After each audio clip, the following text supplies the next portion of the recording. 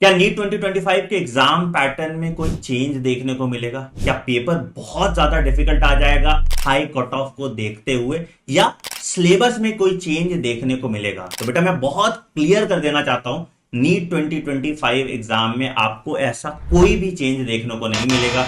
जैसे क्वेश्चंस आपने 2024 में देखे, जो सिलेबस आपने 2024 में फॉलो किया, वही सिलेबस आपको 2025 में भी फॉलो करना है। कुछ चीजों का बस आपको ध्यान रखना है। पहला, कि पेपर एनसीईआरटी से ही आएगा। आपको बस एफिशिएंट प्रैक्टिस करके अपना रिवीजन इस तरीके से करना है कि एग्जाम में आपको सारे देखे हुए क्वेश्चन मिले।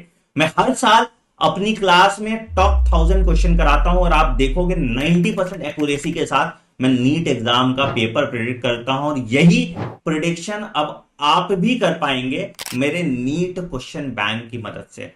हमने लगभग 10,000 सवाल आपके लिए बनाए हैं बायोलॉजी के, लगभग 5,000 सवाल केमिस्ट्री के, और लगभग 5,000 सवाल फिजिक्स के आपके लिए बनाए गए हैं। ये सभी सवाल एक एक एनसीईआरटी लाइन से निचोड़ के बनाया गया है, और इसमें हर तरह के क्वेश्चन का ध्यान रखा गया है, चाहे वो स्टेटमेंट बेस्ड क्वेश्चन हो, चाहे वो असर्शन रीजन क्वेश्चन हो, चाहे वो मैच द फॉलोइंग हो, चाहे वो डायग्राम बेस्ड क्वेश्चन हो। हर तरह के क्वेश्चन का एक प्रॉपर ब्लेंड आपको मिलता है। इन किताबों का फॉर्मेट हमने कुछ इस तरीके से रखा है कि सबसे पहले आपको टॉपिक वाइज क्वेश्चन सॉल्व करने को मिलते हैं, और जब आप पूरा चैप्टर कंप्लीट कर लेते हो तो हम एक चैप्टर वाइज मॉक टेस्ट भी कराते हैं आपका।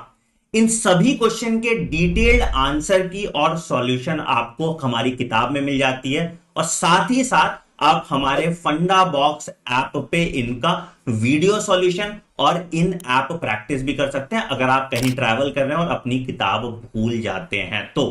इन किताबों के साथ आप अगर हमारा पीवाईक्यू और एग्जाम्पलर का कॉम्बो भी परचेज कर लेते हैं तो आपकी पूरी प्रैक्टिस की जिम्मेदारी हमारी हो जाती है। मतलब आपने चैप्टर वाइज टेस्ट दिया, आपने टॉपिक वाइज क्वेश्चन किए, आपने पीवाईक्यू किया, आपने एग्जाम्पलर किया, और इसके बाद आप नीट एग्जाम देने जाएंगे तो सारे क्वेश्चन आपको देखे हुए मिलेंगे।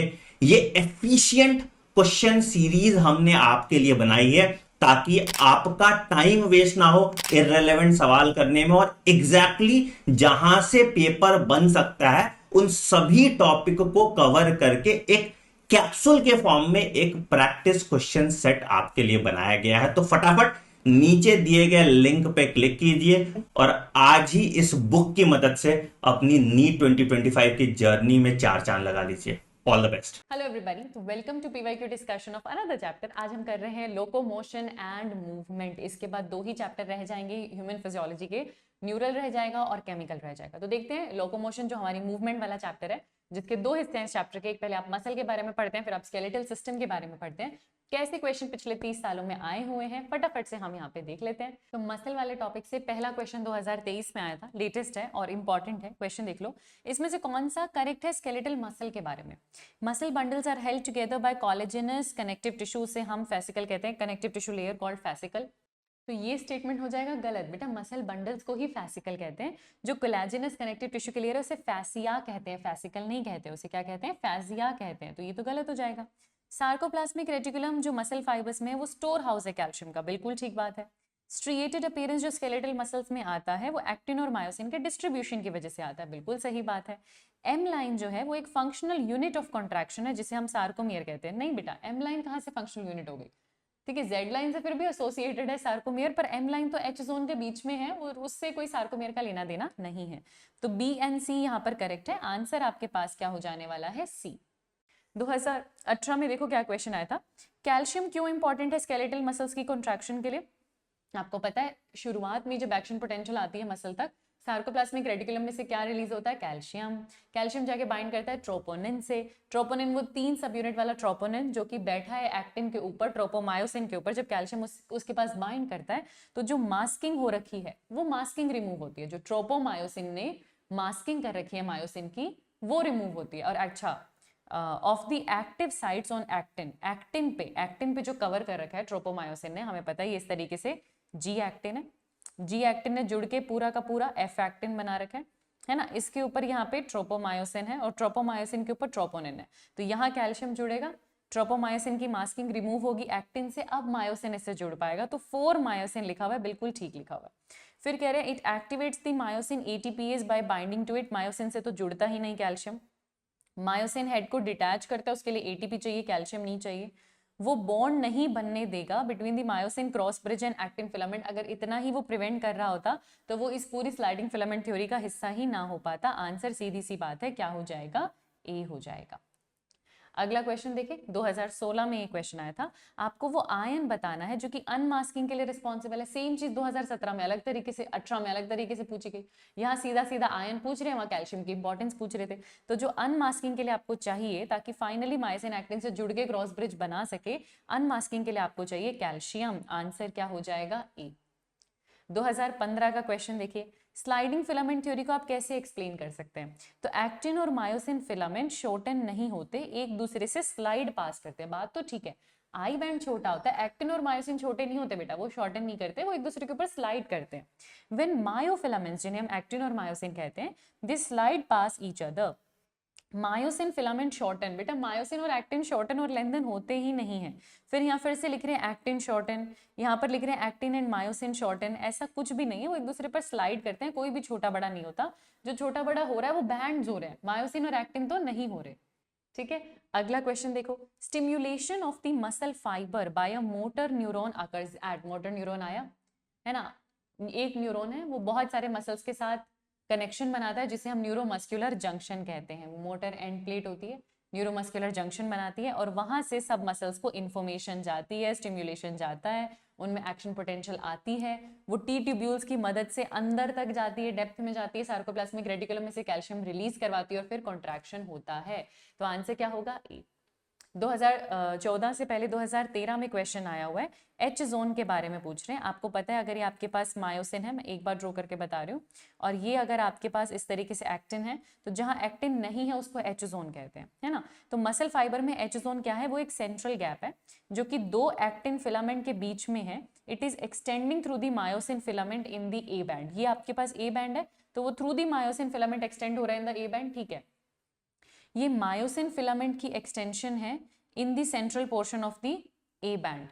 मायोसिन एक्सटेंड होके तो एच जोन नहीं बनाता बेटा, मान लिया ये ए बैंड है और इसके सेंट्रल में एच जोन है, मायोसिन ने एक्सटेंड होके नहीं बनाया, ये गैप है, ये एक गैप है, यहाँ कुछ भी नहीं है, ना एक्टिन है ना मायोसिन है, इसको हम एच जोन कहते हैं, है ना। मतलब देखा जाए तो हाँ सिर्फ एक मायोसिन का थोड़ा सा हिस्सा मिलेगा, पर ये गैप है एक्टिन के बीच में, which is extending through the myosin filament in the A band. ये मायोसिन का खुद का कोई एक्सटेंशन नहीं है। Absence of myofibrils in the central portion of A band. अब अगर मैं A band के सेंट्रल पोर्शन में देखूं तो मायोसिन तो हल्का सा है ना, है तो मायोसिन, एकदम मैं एब्सेंस वर्ड भी नहीं कह सकती। सेंट्रल गैप बिटवीन मायोसिन, तो ये मायोसिन ये दूसरा मायोसिन, उसके बीच के सेंट्रल गैप को तो एच जोन कहते नहीं, तो बिटवीन मायोसिन ये गैप नहीं है, ये गैप है जो एक्टिन के बीच में, जो थ्रू मायोसिन ही एक्सटेंड हो रहा है ना, through myosin, extending through the myosin filament in the A band. तो ये सबसे बेस्ट एक्सप्लेनेशन है, आंसर हो जाएगा ए। सीधी सी बात है बेटा, मायोसिन ने एक्सटेंड होकर तो बनाया नहीं है in the central portion of the A band, ये सेंट्रल पोर्शन है पर मायोसिन ने एक्सटेंशन कर कर नहीं बनाया, सीधी सी बात है। It is extending through the myosin filament in the A band, ये बात ठीक है, आंसर हो जाएगा ए। लैंग्वेज का थोड़ा सा खेला गया है आपके साथ, बट आई गेस समझने वाले समझ रहे हैं, है ना। आगे देखो क्वेश्चन 2013 में आया था, मसल कॉन्ट्रैक्शन जब होती है तो सार्कोमियर शॉर्टन नहीं होता, होता है भाई, बिल्कुल होता है, जेड लाइन खींचती है अंदर की तरह, सार्कोमियर शॉर्टन होता है। ए बैंड हूबहू सेम रहती है, ए एच और आई शॉर्टन हो जाएगा बेटा, एच और आई शॉर्टन होगा, ए शॉर्टन नहीं होगा। एक्टिन फिलामेंट शॉर्टन होगा, फिर से कह रही हूँ नहीं, बैंड छोटे होते हैं, एक्टिन और मायोसिन छोटे नहीं होते, तो आंसर आपके पास फिर से क्या हो जाने वाला है, बी हो जाने वाला है। अगला क्वेश्चन देखो 2011 में आया था, कौन सी muscle, the type of muscle present in our heart, हमारे हार्ट वाली इनवॉलेंट्री होती है, सही बात है, पर वो अनस्ट्रिएटेड नहीं होती, वो स्ट्रिएटेड होती है। आपको पता है उसमें ब्रांचिंग है पर उसमें स्ट्रिएशन है, स्ट्रिएशन को आप नहीं रोक पाए हो, ब्रांचिंग है, सेप्टा है, यूनिन्यूक्लिएट है, पर स्ट्रिएशन भी है। इंटेस्टाइन वाली स्मूथ मसल है, उसमें स्ट्रिएशन होगा नहीं, वो फ्यूजिफॉर्म है, उसमें नहीं है स्ट्रिएशन। जो थाई की मसल है वो तो आपके कंट्रोल में है, तो वो स्ट्रिएटेड भी है, वो वॉलेंट्री भी है, आंसर क्या हो जाएगा, सी। वो स्ट्रिएटेड भी और वॉलेंट्री भी है, तो आंसर क्या हो जाएगा, सी। अपर आर्म आपके कंट्रोल में बेटा, वो वॉलेंट्री मसल है, वो स्मूथ मसल हो नहीं सकती, आंसर क्या है, सी है। अगला क्वेश्चन देखो 2006 में आया था, अगर मैं स्केलेटल मसल्स की कॉन्ट्रैक्टाइल एक्टिविटी की बात करूं तो जिसमें एटीपीएज एक्टिविटी भी है, वो किसका पार्ट हो जाएगा, मायोसिन का पार्ट हो जाएगा। मायोसिन के हेड पे एटीपी बाइंडिंग साइट भी है, एक्टिन बाइंडिंग साइट भी है, वहां पे एटीपीएस भी आएगा, एटीपी ब्रेक डाउन भी करता है, उसको एनर्जी भी मिलती है वहां से। ट्रोपोमायोसिन एक्टिन की कवर है, वहां पर एटीपीएस एक्टिविटी नहीं होता। ट्रोपोनिन, ट्रोपोमायोसिन और एक्टिनिन ये सब एक्टिन फिलामेंट में, और वहां पर एटीपीएस एक्टिविटी नहीं है, वो आपको मिलेगी मायोसिन में। तो आंसर आपके पास क्या हो जाने वाला है, सी। 2001 में क्वेश्चन आया था, इसमें से कौन सा स्टेटमेंट करेक्ट है मसल की कॉन्ट्रैक्शन के लिए। अच्छा, एच जोन की लेंथ डिक्रीज होती है, सही बात है। ए बैंड कांस्टेंट रहता है, सही बात है। आई बैंड इंक्रीज नहीं होता, डिक्रीज हो जाता है। तो ए और बी दोनों ठीक है, इसलिए आंसर क्या हो जाएगा, डी हो जाएगा। बढ़िया, अगले क्वेश्चन पे चलो, ये भी 2001 में आया था। सार्कोमियर क्या है, दो जेड लाइन के बीच में, ये आप एक जेड लाइन बनाते हैं, आप दूसरी जेड लाइन बनाते हैं, जेड लाइन से एसोसिएटेड आपके एक्टिन्स होते हैं, है ना, और जो सेंटर में है वो आपके मायोसिन होते हैं। तो दो जेड लाइन के बीच में जो आप देखते हैं वो आपके पास एक सार्कोमियर होता है। आंसर क्या हो जाने वाला है, डी हो जाने वाला है। 1998 में क्वेश्चन आया था, इसमें से कौन सा कॉन्ट्रैक्टाइल प्रोटीन है मसल का। तो मसल के कॉन्ट्रैक्टाइल प्रोटीन में एक्टिन और मायोसिन आते हैं बेटा, और ये ट्यूबुलिन प्रोटीन नहीं होते, ये मायोफिलामेंट होते हैं या माइक्रोफिलामेंट्स होते हैं, है ना, माइक्रोट्यूब्यूल्स ये नहीं होते। तो ट्यूबुलिन भी नहीं होगा, और सिर्फ ट्रोपोमायोसिन भी हमको नहीं कहना चाहिए। ट्रोपोमायोसिन तो एक्टिन की कवरिंग शीट बना रहा है ना, वो थोड़ी कॉन्ट्रैक्ट करता है। कॉन्ट्रैक्ट तो या तो एक्टिन करता है या मायोसिन करता है। तो आंसर आपके पास क्या हो जाएगा, सी। बढ़िया, अगला क्वेश्चन देखो, 98 में ही आया था। क्वेश्चन कह रहे हैं functional unit of contractile system in striated muscle. इस फंक्शनल यूनिट एक सार्कोमियर होती है जिसमें दो हाफ आई बैंड और एक ए बैंड आता है, और वही कॉन्ट्रैक्ट होती है, वही फंक्शनल यूनिट कहलाती है। आंसर हो जाएगा ए। तो स्केलेटल सिस्टम से देखते हैं पहला क्वेश्चन क्या आया हुआ है। ये 2020 में आया था बच्चे क्वेश्चन। मैच द फॉलोइंग हमको करना है। फ्लोटिंग रिब्स हम किसको कहते हैं, जो डोर्सली तो वर्टिब्रल कॉलम से एसोसिएटेड है, पर वेंट्रली वो किसी चीज से एसोसिएटेड नहीं है। 11th और 12th वाली दो पेयर ही होती है ना, तो ये स्टर्नम से कनेक्ट नहीं करती, दैट इज 4 के ऑप्शन में दे रखा है। एक्रोमियन प्रोसेस कैप्युला का एक हिस्सा है, एक्रोमियन प्रोसेस जो कि आगे जाकर क्लेविकल से बाइंड करेगा, तो ये क्लेविकल से जाकर बाइंड करेगा, तो 3 हो जाएगा। है स्कैपुला का हिस्सा, बाइंडिंग इसकी क्लेविकल के साथ है, कॉलर बोन के साथ है, तो यहाँ पे 3 हो जाएगा। ठीक है, स्कैपुला की अगर मैं बात करूं तो आपकी ट्रायंगुलर बोन जो 2nd से 7th रिब के बीच में आपको देखने को मिलेगी, दैट इज 1। और ग्लेनोइड कैविटी जो बनती है आपके पेक्टोरल गर्डल में, जिससे आपके ह्यूमरस का हेड बाइंड करता है, दैट इज 2। इसीलिए आंसर आपके पास क्या हो जाने वाला है, डी। 2020 से पहले 2019 में क्वेश्चन आया था, आपको करेक्ट ऑप्शन बताना है। 7 पेयर वर्टिब्रोस्टर्नल रिब्स होती हैं जो डोर्सली वर्टिब्रल कॉलम से और वेंट्रली स्टर्नम से जुड़ी होती है, 7 पेयर होती हैं। फिर 8, 9, 10 3 पेयर ऐसी होती है जो वर्टिब्रो कॉन्ड्रल है, क्योंकि वो डोर्सली तो वर्टिब्रल कॉलम से जुड़ी हुई है और वेंट्रली वो 7th वाली रिब से ही जुड़ी हुई है ना, तो वो वहां से एसोसिएटेड है और मतलब कार्टिलेज से है, तो वर्टिब्रो कॉन्ड्रल बोलते हैं। और लास्ट की जो 2 पेयर होती हैं वो सिर्फ वर्टिब्रल है, क्योंकि वो वर्टिब्रल कॉलम से तो एसोसिएटेड है, डोर्सली वेंट्रली किसी चीज से एसोसिएटेड नहीं है। ये एकदम करेक्ट है। ठीक है, 8th, 9th, 10th pair of ribs articulate directly with the sternum, नहीं, पहली 7 सिर्फ पहली 7 डायरेक्टली विद द स्टर्नम होती है। 11th और 12th वाली वो स्टर्नम से कनेक्टेड है, हाइलिन कार्टिलेज से नहीं बेटा, कहाँ, ये तो फ्लॉट कर रही है, किसी से भी कनेक्टेड नहीं है। रिब फ्लैट थिन बोन होती है, each rib is a flat thin bone and all the ribs are connected dorsally to the thoracic vertebrae and ventrally to the sternum. सिर्फ पहली 7 ही ऐसा कनेक्शन शो करती हैं जिन्हें हम ट्रू रिब्स कहते हैं, बाकी कोई भी शो नहीं करता। तो आंसर क्या हो जाएगा, ए। 2017 में क्वेश्चन आया था, एक्स पेयर ऑफ रिब्स है हमारे पास, टोटल 12 पेयर्स ऑफ रिब्स है, हमें पता है ना टोटल कितनी है, 12 पेयर्स ऑफ रिब्स, 24 नहीं 12।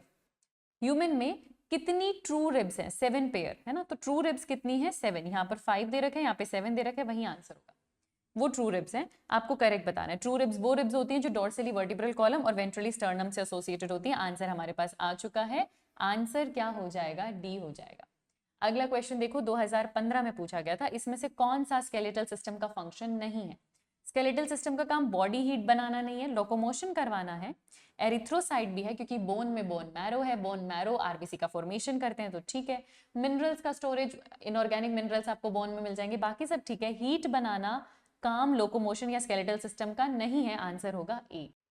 अगला क्वेश्चन करें, ग्लिनोइड कैविटी 2015 में ये क्वेश्चन आया था बेटा, क्या बोल रहे हैं हमको, ग्लिनोइड कैविटी किससे आर्टिकुलेट करती है। आपने अभी देखा ये कैविटी बनी जिससे ह्यूमरस आकर अटैच हुई, तो ह्यूमरस स्कैपुला से जुड़ती है, स्कैपुला के एक्रोमियन प्रोसेस से क्लेविकल जुड़ता है और वहाँ जो कैविटी बन रही है उसे हम ग्लेनोइड कैविटी कहते हैं जिससे हमारा ह्यूमरस अटैच होता है। तो आंसर यहाँ पर क्या हो जाएगा? बी। 2011 में जो क्वेश्चन आया उसको देख लें, ये 2011 में आपसे पूछा गया। 3 of the following pairs of human skeletal parts are correctly matched with their respective inclusive skeletal category and one pair is not matched। आपको वो नॉन मैचिंग पेयर बताना है, इसमें से कौन सा नॉन मैचिंग है, इसलिए मैंने उसको सर्कल लगा लिया। स्टर्नम और रिब्स की अगर मैं बात करूं तो वो एक्सियल स्केलेटन में आता है। हाँ, ये जो पूरा हिस्सा ना यहाँ से लेकर यहाँ तक ये एक्सियल स्केलेटन में ही आ रहा है, तो स्टर्नम और रिब्स एक्सियल स्केलेटन में आ रहे हैं। ये क्लेविकल आपकी कॉलर बोन और ये ग्लेनोइड कैविटी, क्या ये पेल्विक गर्डल की कैविटी में आती है? नहीं, पेक्टोरल, ये हिस्सा पेक्टोरल है ना बेटा, तो ये गलत हो जाएगा। ह्यूमरस और अल्ना अपेंडिकुलर स्केलेटन में आते हैं, तो दोनों हाथ, दोनों पैर और दोनों गर्डल्स अपेंडिकुलर स्केलेटन में आते हैं। मेलिस इनकस और स्टेप्स ईयर के ऑसिकल्स हैं, जी हाँ, तो जो इनकरेक्ट है वो बी है। एक ही है जो सही से मैच नहीं किया हुआ और वो है बी। अगला क्वेश्चन 2009 में आया था, इनमें से कौन सा करेक्ट मैचिंग है 3 आइटम्स का और उनकी ग्रुपिंग कैटेगरीज का? इलियम, ईस्ट्रियम, प्यूबिस, ये कॉक्सल बोन में, ये एक कॉक्सल बोन बनाती है और हमारे पास 2 कॉक्सल बोन है जो पेल्विक गर्डल बनाती है, तो ये बात तो ठीक है, करेक्ट मैचिंग है। अगला देखो, एक्टिन और मायोसिन, ये इनमें आपको मसल प्रोटीन मिलने वाला है रोडोप्सिन। रोडोप्सिन से तो बेटा हमें पता है कि आई का पिगमेंट है ना ये, रोडोप्सिन, आयोप्सिन जो रोड्स में मिलता है वो रोडोप्सिन है, तो रोडोप्सिन तो नहीं लिखना चाहिए, है ना यहाँ पे। साइटोसिन, यूरेसिल, अच्छा मुझे लग रहा है यहाँ कुछ गड़बड़ है बच्चे, यहाँ ना देखो, ये बुक में गड़बड़ नहीं होगी डेफिनेटली, ये टाइपिंग एरर होगा। ये रोडोप्सिन और थायामिन यहाँ नहीं है, यहाँ है। रोडोप्सिन और थायामिन यहाँ नहीं है, यहाँ है, तभी देखो कॉमा भी लगा हुआ है। एक्टिन, मायोसिन और रोडोप्सिन, क्या ये मसल के प्रोटीन है? नहीं, रोडोप्सिन नहीं है। और थायमिन भी यहाँ आएगा, आप उसको थायामिन बोल रहे हो, थायमिन बोल सकते हो। तो साइटोसिन, यूरेसिल और थायमिन, क्या ये तीनों पिरामिडीन्स हैं? तो जी हाँ, ये तो है, ये तो है। साइटोसिन, यूरेसिल, अच्छा थायामीन, यहाँ इन्होंने थायामीन लिखा है, सॉरी बेटा, यहाँ इन्होंने थायामीन इसीलिए लिखा है क्योंकि ये गलत है।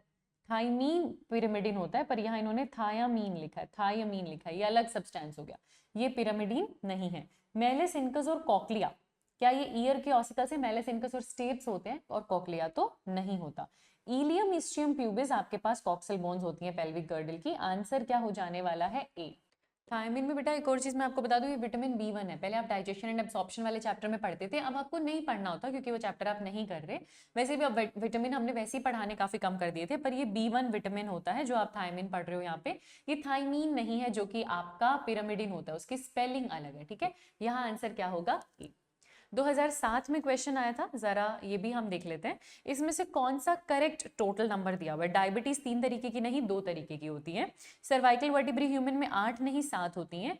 फ्लोटिंग रिब्स 2 पेयर यानी कि 4 होती हैं। अमीनो एसिड 20 तरीके के होते हैं, 16 तरीके के नहीं होते। तो आंसर आपके पास क्या हो जाने वाला है? सी। 2007 में एक और क्वेश्चन आया था जो हम देख लें, ह्यूमन बॉडी में इसमें से कौन सा एनाटॉमिकली करेक्ट है? कौन सा इनमें से एनाटॉमिकली करेक्ट है?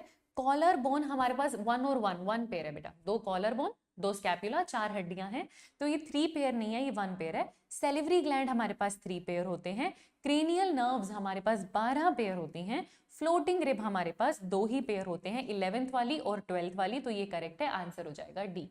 अगला क्वेश्चन देखो, 2005 में आया था, एक्रोमियन प्रोसेस। अभी आपने देखा ना, मैंने थोड़ी देर पहले भी ये क्वेश्चन डिस्कस किया, स्कैपुला का हिस्सा जो कि क्लेविकल से जाकर बाइंड करता है, तो ये आपको पेक्टोरल गर्डल में मिलने वाला है क्योंकि स्कैपुला किसका हिस्सा है? पेक्टोरल गर्डल का हिस्सा है। आंसर क्या हो जाएगा? बी हो जाएगा।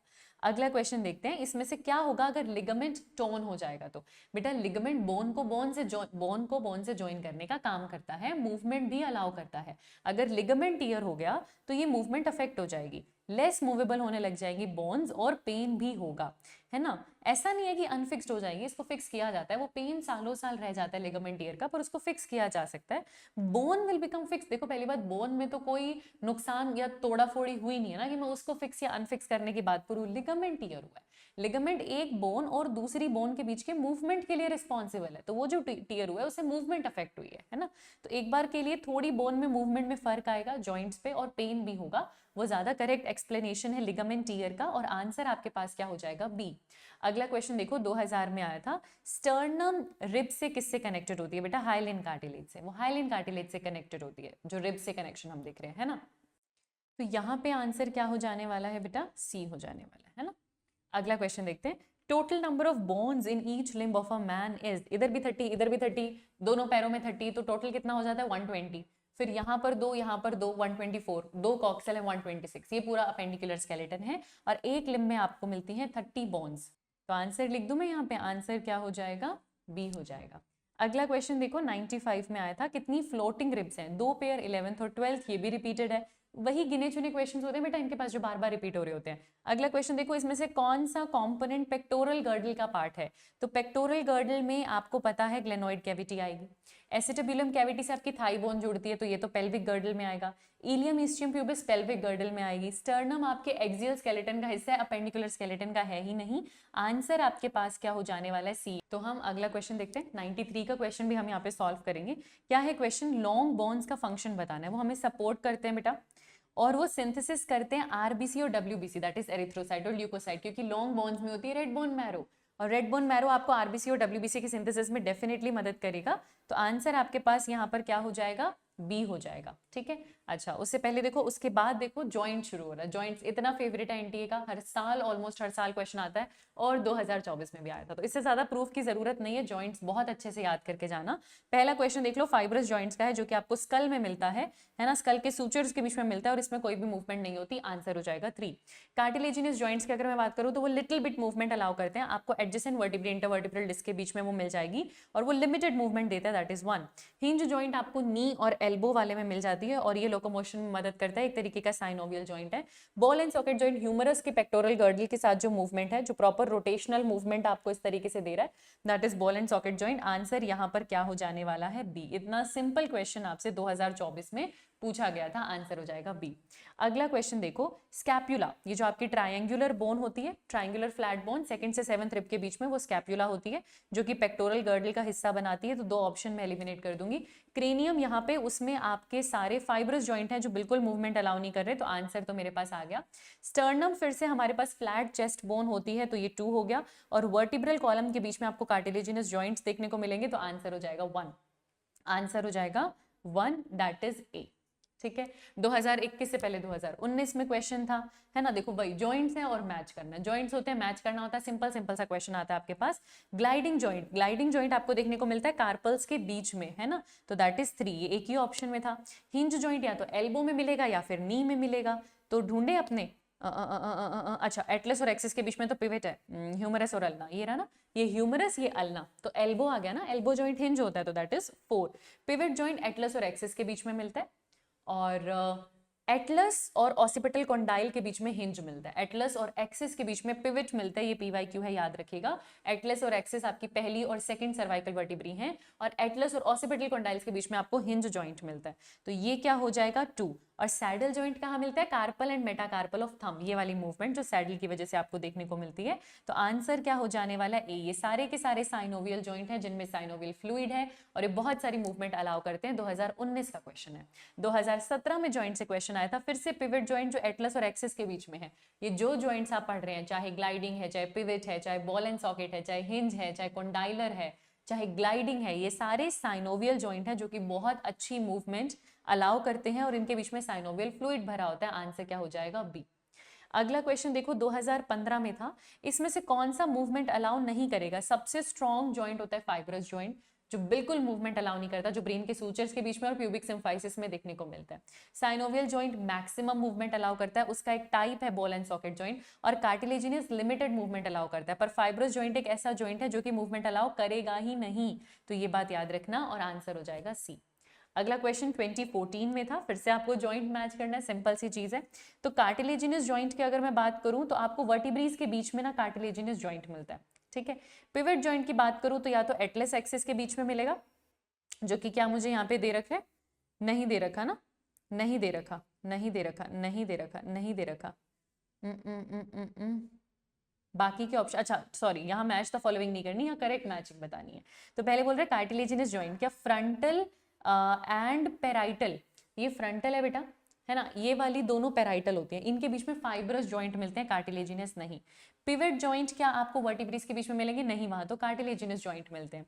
क्या आपको ह्यूमरस और पेक्टोरल गर्डल के बीच में हिंज मिलेगा, नहीं, वहां तो बॉल एंड सॉकेट मिलता है। क्या आपको कार्पल्स के बीच में ग्लाइडिंग मिलेगा, जी हाँ, तो आंसर आपके पास क्या हो जाएगा, डी हो जाएगा। अगला क्वेश्चन 2013 में बहुत फ्रीक्वेंटली रिपीटेड होने वाला टॉपिक है ये, आपको कुछ एग्जांपल्स दे रखे हैं। फ्लूइड फिल्ड साइनोवियल कैविटी जो दो बोन्स के बीच में मिलती है, तो मतलब वो साइनोवियल जॉइंट की बात करें। और आपका नी जॉइंट जो कि हिंज जॉइंट है वो एक तरीके का साइनोवियल जॉइंट है ना। मुझे हमको यहाँ पर बताना क्या है, मतलब करेक्टली मैच्ड होना चाहिए आई गेस, उस हिसाब से पूछ रहे हैं। तो इसको मैं यहाँ पे हटा देती हूँ, इसको मैं यहाँ पे हटा देती हूँ। हम दोबारा देखते हैं। साइनोवियल जॉइंट मतलब फ्लूइड फिल्ड कैविटी मिलने वाली है। क्या एटलस और एक्सिस के बीच का जॉइंट इसका एग्जांपल हो सकता है? बिल्कुल हो सकता है, उसमें पिवट जॉइंट है, वो इसी का एग्जांपल है। क्या इसमें लिम्फ फिल होता है साइनोवियल जॉइंट में? नहीं, साइनोवियल फ्लूइड होता है। ये फ्लूइड का कार्टिलेज है बिटवीन टू बोन्स? नहीं, ऐसा कार्टिलेजिनस जॉइंट में होता है, साइनोवियल जॉइंट में नहीं होता। फ्लूइड फिल्ड है और कुशनी सब्सटेंसेस ये दे रहा है, मतलब कुशनी इफेक्ट ये दे रहा है, वो कार्टिलेजिनस जॉइंट का काम होता है। पहली बार दो अलग अलग पॉइंट्स लिखे हैं। और स्कल बोन साइनोवियल का एग्जांपल नहीं है, इसलिए करेक्ट आंसर आपके पास क्या हो जाने वाला है? ए। हमें सारी चीजें देखनी थी, तो टोटल करेक्ट जो मिल रहा है मुझे मिल रहा है वो ए में मिल रहा है। 2013 से पहले 2010 में क्वेश्चन आया हुआ है। फिर से करेक्ट डिस्क्रिप्शन बताना है ह्यूमन के स्केलेटन का। तो जो पेराइटल बोन है आपके पास और जो टेम्पोरल बोन है आपके पास, वो फाइब्रस जॉइंट से जुड़ी हुई है। हाँ जी।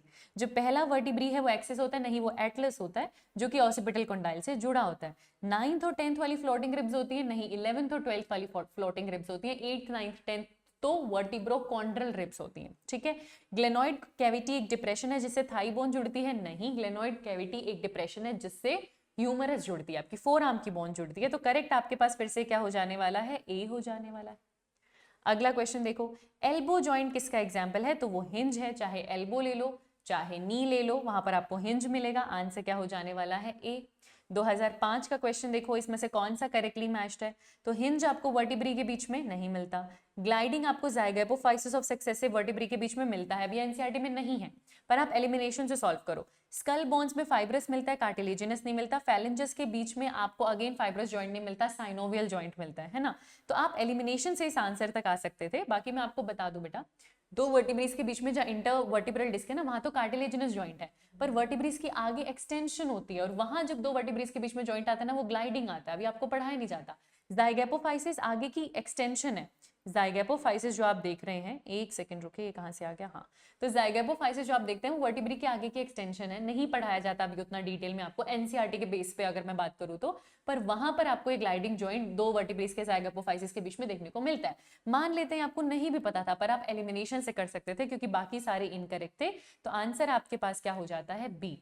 2000 AIPMT 2000 में क्वेश्चन है, इसमें से कौन सा जॉइंट आपको रिब्स और स्टर्नम के बीच में मिलने वाला है? तो यहाँ पर आपको जो मिलता है वो कार्टिलेजिनस जॉइंट होता है, कोस्टल कार्टिलेज है जो कि एक्चुअली यहाँ पर प्रेजेंट है टिप्स पे, और ये कार्टिलेजिनस जॉइंट है। आंसर क्या होगा? ए होगा। एटलस और एक्सिस के बीच में कौन सा जॉइंट मिलता है? पिवट। यहाँ तो सीधा सीधा पूछा है आपने, पहले वाले क्वेश्चंस में देखा कि मैच द फॉलोइंग में पूछा है, तो अलग अलग तरीके से रिपीट हो सकता है, पर आंसर क्या होगा? सी। 94 में क्वेश्चन आया था, ह्यूमन की स्कल बोन्स में कौन सा जॉइंट मिलता है? तो फाइब्रस जॉइंट मिलता है। आंसर आपके पास फिर से क्या हो जाएगा? सी हो जाएगा। हम अगले टॉपिक में आ गए जो कि डिसऑर्डर्स। जॉइंट और डिसऑर्डर्स दोनों इंपॉर्टेंट है, पूरी ह्यूमन फिजियोलॉजी में डिसऑर्डर्स तो इंपॉर्टेंट हैं ही, है ना। तो 2022 में क्वेश्चन आया था, आपको करेक्ट मैच बताना है डिसीज और सिम्टम्स का। मस्कुलर डिस्ट्रॉफी एक ऑटो इम्यून डिसऑर्डर नहीं है बेटा, ये जेनेटिक डिसऑर्डर है। ये जेनेटिक डिसऑर्डर है जिसके अंदर प्रोग्रेसिव डीजेनरेशन हो जाता है स्केलेटल मसल्स का, ये बात ठीक है, डीजेनरेशन हो जाता है, मसल्स का डीजेनरेशन हो जाता है, वो बात ठीक है, पर ये ऑटो इम्यून डिसऑर्डर नहीं है। अर्थराइटिस में जॉइंट्स में इन्फ्लेमेशन होता है, हाँ। टेटनी में हाई कैल्शियम और रैपिड स्पैज्म्स होते हैं, रैपिड स्पैज्म होते हैं पर लो कैल्शियम की वजह से, क्योंकि एक बार एक्शन पोटेंशियल जब जनरेट होती है ना, तो उस कॉन्ट्रैक्शन को मेंटेन करके रखने के लिए ना कैल्शियम ज्यादा चाहिए होता है ब्लड में, जो प्रोलॉन्ग्ड कॉन्ट्रैक्शन या डिपोलराइजेशन की स्टेट रखता है। ब्लड में कैल्शियम कम होगा तो कॉन्ट्रैक्शन होते ही रिलैक्सेशन होने लगेगा मसल का, आपको जल्दी जल्दी रैपिड कॉन्ट्रैक्शंस देखने को मिलेंगे। तो ये लो कैल्शियम की वजह से होता है, हाई कैल्शियम की वजह से नहीं होता। माइस्थीनिया ग्रेविस जेनेटिक डिसऑर्डर नहीं है, ऑटो इम्यून डिसऑर्डर है। इसके अंदर न्यूरोमस्कुलर जंक्शन जो है उस पे आपके बॉडी के सेल्स अटैक करते हैं, मसल्स वीक हो जाती है, मसल्स पैरालाइज हो जाती है, वो सब ठीक है, पर ये एक जेनेटिक डिसऑर्डर नहीं है। तो करेक्ट आपके पास क्या हो जाएगा? बी। आपने इसी बहाने ऑलमोस्ट सारे डिसऑर्डर्स यहाँ पे रिवाइज भी कर लिए, ठीक है। बस एक गाउट रह गया जिसमें यूरिक एसिड क्रिस्टल्स एक्यूमुलेट हो जाते हैं जॉइंट्स में, बाकी आपने सारे रिवाइज कर लिए। देखो जरा, दो स्टेटमेंट दे रखी है असर्शन रीजन की। असर्शन कह रहा है ओस्टियोपोरोसिस का मतलब decreased bone mass and increased chances of fracture. सही बात है, बिल्कुल सही बात है। ओस्टियोपोरोसिस होने का कॉमन कारण है इंक्रीज्ड ईस्ट्रोजन, नहीं डिक्रीज्ड ईस्ट्रोजन की वजह से होता है, बोन मास डिक्रीज हो रहा है, ऑस्टियोपोरोसिस हो रही है। तो असर्शन ट्रू है लेकिन रीजन करेक्ट नहीं है। आंसर आपके पास क्या हो जाएगा? डी। 2022 से पहले 2019 में क्वेश्चन था, इसमें से कौन सा मस्कुलर डिसऑर्डर आप इनहेरिट करोगे? मस्कुलर डिस्ट्रॉफी, क्योंकि वो एक जेनेटिक डिसऑर्डर है। ये ऑटो इम्यून है, ये कैल्शियम की कमी की वजह से हुआ है। बॉटुलिज्म आपने यहाँ पे पढ़ना नहीं है। जेनेटिक डिसऑर्डर एक ऐसी चीज है जो कि इनहेरिट होगा, दैट इज मस्कुलर डिस्ट्रॉफी। वैसे तो बेटा बहुत सारी मस्कुलर डिस्ट्रॉफी होती है, डीएमडीज ड्यूशेन मस्कुलर डिस्ट्रॉफी, और आपने principles of inheritance and variation में पढ़ा होगा मायोटोनिक डिस्ट्रॉफी। तो अगर मैं यहाँ पे बात करूँ तो 12th की अगर आप एनसीईआरटी देखते हो ना बेटा, तो 12th की एनसीईआरटी लेकर आते हैं आपके लिए। इस डायग्राम में आप देख रहे हो यहाँ मायोटोनिक डिस्ट्रॉफी लिखा हुआ है और ये ऑटोसोमल डोमिनेंट डिसऑर्डर है ना। लेकिन मस्कुलर डिस्ट्रॉफी वैसे तो अलग अलग होती है, पर मेजरली वो ऑटोसोमल रिसेसिव काइंड की होती है और वो जेनेटिकली इनहेरिट होती है। तो आंसर आपके पास क्या हो जाएगा? सी। 2019 से पहले 2016 में क्वेश्चन था, ओस्टियोपोरोसिस जो कि एक एज रिलेटेड डिसऑर्डर है, उसमें क्या होता है? उसमें ईस्ट्रोजन की हो जाती है कमी, है ना।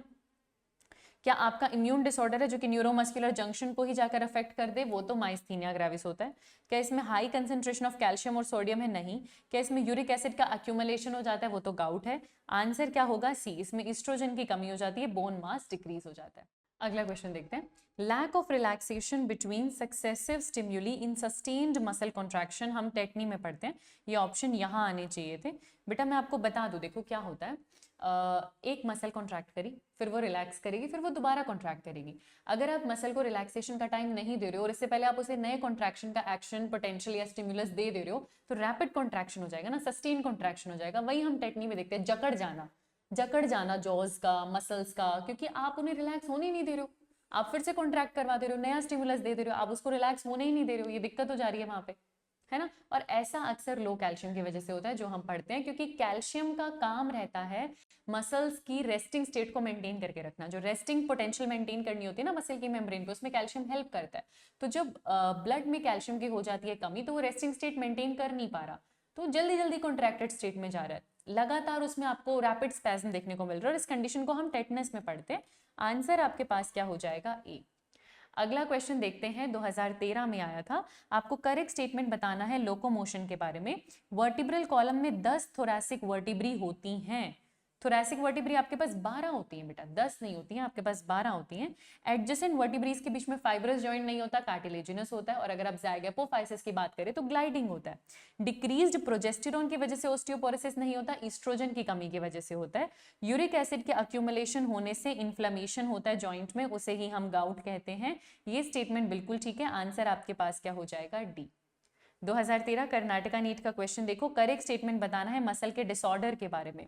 न्यूरोमस्कुलर ट्रांसमिशन फेल हो गई माइस्थीनिया ग्रेविस में। हाँ, ये एक ऑटो इम्यून डिसऑर्डर है जो न्यूरोमस्कुलर जंक्शंस को अफेक्ट करता है और इंफॉर्मेशन ट्रांसफर नहीं हो पाती।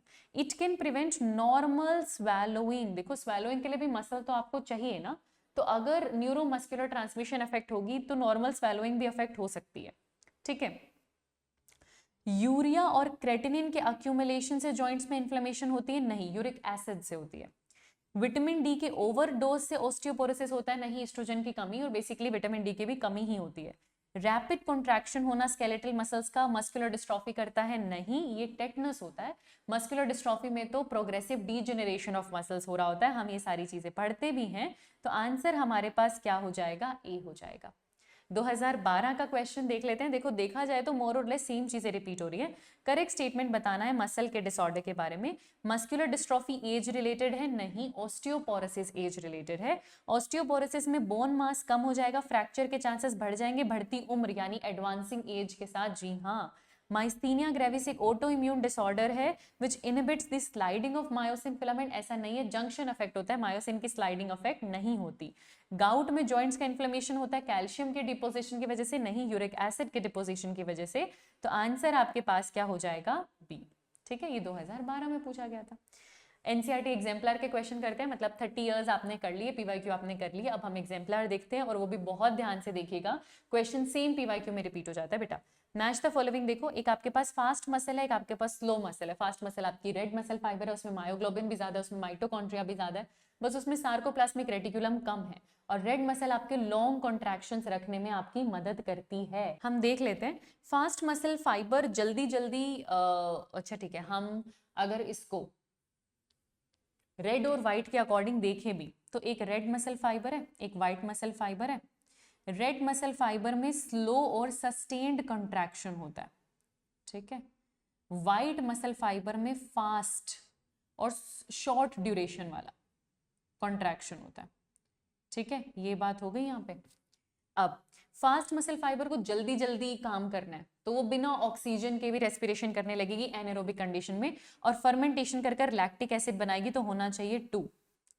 स्लो मसल फाइबर आपकी रेड वाली है, उसमें मायोग्लोबिन होना चाहिए ज्यादा, यानी कि होना चाहिए 1। एक्टिन फिलामेंट आई बैंड में प्रेजेंट होता है, तो होना चाहिए 4।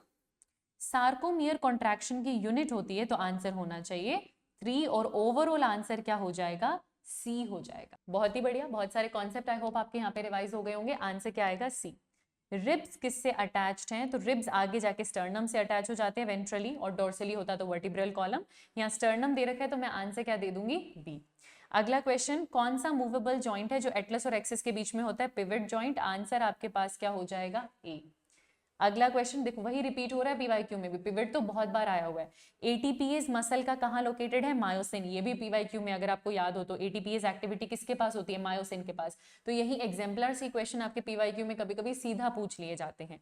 इंटरवर्टिब्रल डिस्क जो वर्टिब्रल कॉलम में मिलती है, वो डिस्क आपको किस में मिलती है, मैमल्स में, हमारी प्रॉपर्टी है। डायफ्राम मिलना हमारी प्रॉपर्टी है, इंटरवर्टिब्रल डिस्क मिलना हमारी प्रॉपर्टी है, बॉडी पर बाल मिलना हमारी प्रॉपर्टी है। तो कुछ कुछ चीजें मैमल्स के पास ही आती है, आंसर हो जाएगा सी। अगला क्वेश्चन देखो जरा, इसमें से कौन सा करेक्ट ऑर्डर बता रहा है वर्टिब्री का वर्टिब्रल कॉलम में। सबसे पहले 7 सर्वाइकल, फिर 12 थोरैसिक, फिर 5 लंबर, 5 लंबर, फिर 1 सैक्रम और 1 कॉकेक्स। आंसर क्या हो जाएगा, डी। ये 5 को फ्यूज कर कर एक बना, ये 4 को फ्यूज कर कर एक बना। ये 7 होती हैं, ये 12 होती हैं, ये 5 है, ये 1 है और ये 1 है। तो टोटल कितना हो गया, 12 और 5 17, 17 और 7 24, 25 और 26, टोटल 26 वर्टिब्रीज आपके पास होती हैं। आंसर क्या हो जाएगा, डी हो जाएगा। अगला क्वेश्चन देखो, इसमें से कौन सा पेयर इनकरेक्ट है। हिंज आपको ह्यूमरस और पेक्टोरल गर्डल के बीच में मिलता है, यही इनकरेक्ट है, क्योंकि यहाँ तो बॉल एंड सॉकेट जॉइंट है, यहाँ पिवट हिंज जॉइंट नहीं है, सॉरी। पिवट एटलस और एक्सिस के बीच में मिलता है, ग्लाइडिंग कार्पल्स के बीच में मिलता है, saddle carpal and metacarpal of thumb में मिलता है। तो जो इनकरेक्ट हो जाएगा वो हो जाएगा ए। अगला क्वेश्चन देखते हैं, नी जॉइंट और एल्बो जॉइंट में हिंज मिलेगा, वहां आपको गेट की तरह 1 डायरेक्शन 180 डिग्री मिलता है, इससे नीचे नहीं जाता एल्बो, यूं है यहां आ जाएगा, इससे नीचे नहीं जाएगा एल्बो, ये हिंज जॉइंट है। आंसर हो जाएगा डी। अगला क्वेश्चन देखो, मैक्रोफेजेस और ल्यूकोसाइट्स, मैक्रोफेजेस और ल्यूकोसाइट्स आपको कौन सी मूवमेंट शो करेंगे, अमीबॉइड मूवमेंट। ये फैगोसाइटिक सेल्स होते हैं और ये अमीबॉइड मूवमेंट शो करते हैं। आंसर आपके पास क्या हो जाएगा, सी हो जाएगा। अगला क्वेश्चन देखो, इसमें से कौन सा एक बोन का डिसऑर्डर नहीं है। अर्थराइटिस है, इसमें इन्फ्लेमेशन ऑफ जॉइंट्स हो जाता है, ठीक है। ऑस्टियोपोरोसिस है, आप पढ़ते हो एस्ट्रोजन की कमी से है। रिकेट्स भी बोन का ही डिसऑर्डर है। एथेरोस्क्लेरोसिस, जिसमें आपकी आर्टरीज में डिपोजिशन हो जा रहा है, वो बॉडी फ्लूइड्स एंड सर्कुलेशन, वो आपके हार्ट का रिलेटेड या आर्टरी से रिलेटेड डिसऑर्डर है, वो बोन का डिसऑर्डर नहीं है। तो आंसर आपके पास क्या हो जाएगा, डी है। रिकेट्स आपके एनसीईआरटी में नहीं है बेटा, पर ध्यान रखना विटामिन डी की वजह से, की कमी की वजह से होता है, और ये जैसे बच्चों वगैरह में ना हड्डियां सॉफ्ट कर देता है, मतलब वीक कर देता है, सॉफ्ट कर देता है, सॉफ्टनिंग कर देता है उनकी। तो आंसर क्या हो जाएगा, डी। इसमें से कौन सा स्टेटमेंट इनकरेक्ट है। हार्ट की मसल स्ट्रिएटेड और इनवॉलेंट्री होती है, हमारे कंट्रोल में नहीं है, इनवॉलेंट्री है पर स्ट्रिएटेड है, ये बात बिल्कुल ठीक है। मसल्स जो हाथ की हैं, लेग्स की हैं, वो स्ट्रिएटेड और वॉलेंट्री हैं, जी हाँ। मसल जो कि एलिमेंट्री कैनाल के इनर वॉल पे है, वो तो इनवॉलेंट्री होनी चाहिए, तो इनवॉलेंट्री है, स्ट्रिएटेड है नहीं। स्मूथ मसल स्ट्रिएटेड नहीं होती हार्ट वाले को छोड़ के। मसल्स जो कि रिप्रोडक्टिव ट्रैक में होती हैं, वो अनस्ट्रिएटेड और अनवॉलेंट्री हैं, तो स्मूथ है ना, तो अनस्ट्रिएटेड और इनवॉलेंट्री होंगी। तो जो गलत हो जाएगा वो है ऑप्शन सी। अगला क्वेश्चन देखो, इसमें से कौन सा स्टेटमेंट ट्रू है। ह्यूमरस का जो हेड होता है वो पेक्टोरल की एसिटाब्यूलम से एसोसिएट करता है, नहीं, ग्लेनोइड कैविटी से एसोसिएट करता है। Head of humerus bone articulate with the glenoid cavity of pectoral girdle, हाँ। Head of humerus articulate with acetabulum of pelvic girdle, नहीं, वो पेल्विक गर्डल से ह्यूमरस जुड़ता ही नहीं, वहां से फीमर जुड़ता है। Head of humerus articulate with glenoid cavity of pelvic girdle, glenoid cavity pelvic girdle का हिस्सा ही नहीं है, वो है ही पेक्टोरल गर्डल का हिस्सा। आंसर क्या हो जाएगा, बी हो जाएगा, ठीक है। अगला क्वेश्चन देखते हैं, मसल्स विद कैरेक्टरिस्टिक स्ट्रिएशन और इनवॉलेंट्री, इनवॉलेंट्री है फिर भी स्ट्रिएशन, ऐसा सिर्फ हार्ट की मसल्स में होता है। आंसर हो जाएगा बी, कि स्मूथ भी नहीं है प्रॉपर, इनवॉलेंट्री है पर उसमें स्ट्रिएशन है, ऐसा आपको हार्ट की मसल्स में देखने को मिलता है, मैच करना है। स्टर्नम की अगर मैं बात करूं तो वो एक फ्लैट चेस्ट बोन है, 4 दो ऑप्शन में दिया हुआ है। ग्लेनॉइड कैविटी से पेक्टोरल गर्डल का हिस्सा होती है ये, और इससे ह्यूमरस जुड़ता है, दैट इज 3 इस ऑप्शन में दिया हुआ है। सबसे ज्यादा फ्रीली मूवेबल जॉइंट साइनोवियल है और कार्टिलेजिनस जॉइंट आपको वर्टिब्रीज के बीच में देखने को मिलता है। तो आंसर आपके पास क्या हो जाएगा, बी हो जाएगा। और इसके साथ आपने NCERT exemplar locomotion and movement के भी कर लिए खत्म। एक और चैप्टर आपका यहाँ पे समाप्त हो जाता है, दी एंड हो जाता है। आई होप आप उतने ही फोकस से माइंडफुलनेस के साथ प्रैक्टिस कर रहे हैं, दिमाग इधर उधर नहीं लेके जा रहे। अभी अच्छे से मेहनत करके पढ़ लोगे तो आप जब 2025 का पेपर देखोगे तो आपको पता चलेगा अरे ये तो मेजरली पीवाईक्यू से है। बहुत इंपॉर्टेंट होते हैं बेटा पीवाईक्यू, प्रैक्टिस करते रहो और मार्क्स कमेंट सेक्शन में बताते रहो। Thank you so much and keep learning.